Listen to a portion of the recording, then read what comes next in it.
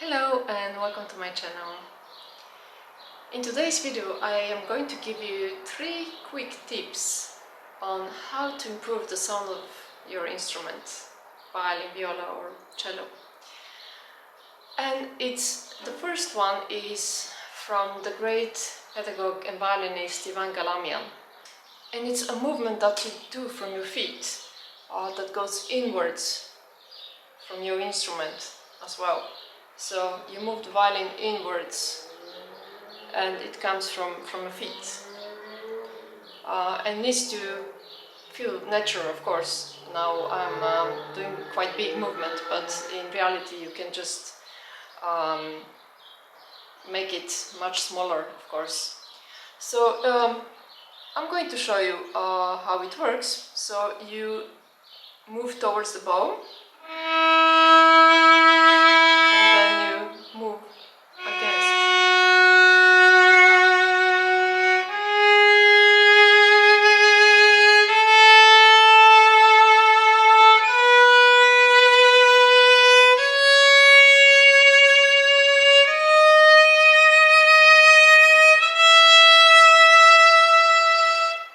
So it's like this movement. You can almost do it without moving the bow entirely. But of course the meaning of this exercise is to make your both arms, hands work together. So you can experiment with it and see how much you can expand or contract with your movements, that it needs to feel natural in the piece that you're playing. Next tip is also by Galamian, and it's basically that on down bow you go out and the up bow you go in. So out and in. And this is just to counter the natural movement that new beginners do. For example, they are very often doing this movement, and this is a way to control your bow, and also it's helping you to create a better sound. You can practice this bow on a slow scale because it's working easier when you play something slower than a fast movement, at least in the beginning. Then if you integrate it, it can actually work very well when you play faster movements. But for me it's a very good exercise to do on a scale.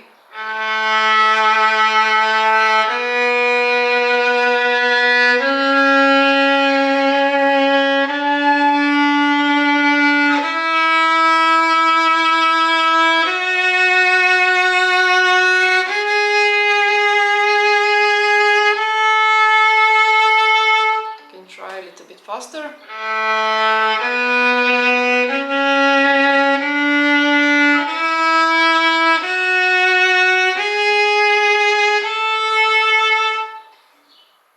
So my last tip is playing détaché, starting on the lower part of your bow and moving towards to the tip.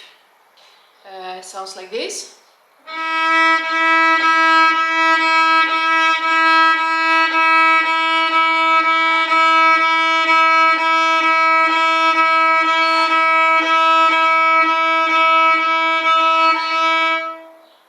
The opposite. And what this do is actually making you master your evenness, because it's forcing you to find a balance between the sounding point, the pressure, the speed of your bow, and also forcing you to think about all of the down bow you do when you move from down to up, how fast you're moving, so you are not making an accent every time you play down bow.